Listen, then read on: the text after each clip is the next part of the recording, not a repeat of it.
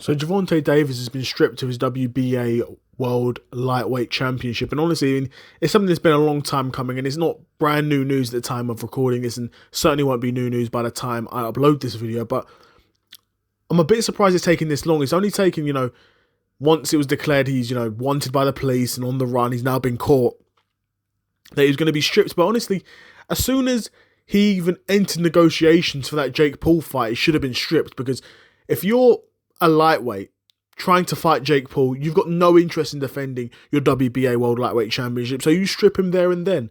Granted, I understand the way boxing is, and I know the way humans are, and everything takes a long time to get done, and also that the reality is Gervonta Davis is one of the last pay-per-view stars, particularly at the lower weight division, so the WBA weren't desperate to strip him. In an ideal world, the WBA would have wanted him to be champion for as long as possible, because it's good marketing for the WBA and makes their belt feel more prestigious if you've got one of the biggest names in the sport holding your belt. But they did finally strip him, and rightfully so. He's been arrested now for whatever he's being arrested for. He was on the run, respect. Sometimes you've got to do the race, but they plastered the case all over the internet, so he couldn't do the race for too long. I can't remember where he was found. But yeah, my man was trying to get away with it. I mean, it's hard. Being wanted is a feeling I don't wish on anyone. I don't judge what guys do outside of the ring. I'm not gonna call him a scumbag or anything like that, because there's two sides to every story, and the truth.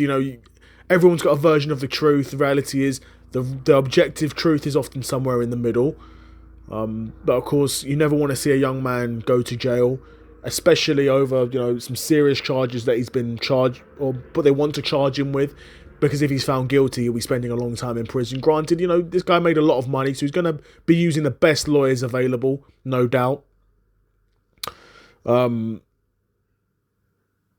So yeah, man, it is what it is. I mean, it's unfortunate for Gervonta Davis. It's an unfortunate situation, of course. Whenever something like this happens, it's an unfortunate situation, but the WBA has to move on, and I'll probably be making a separate video down the line about who I think should be fighting for that vacant WBA World Championship, because they've got a number of top contenders in the WBA, and you've got to look at all factors. You've got to look at the commercial factors. You've got to look at the ticket selling. You've got to look at who's going to promote the belt the best, who's going to be the best face of the WBA at the lightweight division. These are all things that have to be taken into account when the WBA is going to be mandating who should be fighting for this vacant World Championship. But yeah, let me know what you guys think of Gervonta Davis being stripped of his WBA World Championship. Do you think it's due? Do you think it's valid? Do you think he deserves to be stripped? Or do you think, well, as long as a guy doesn't lose it in the ring, he shouldn't be stripped of a World Championship? And I understand that school of thought too, but unfortunately in 2026, I think even though he probably got stripped in 2025, that's just the way the world works. Let me know what you guys think in the comments below. Another episode of the Seth Solo Side Quest in the bag, and I'm out. Peace.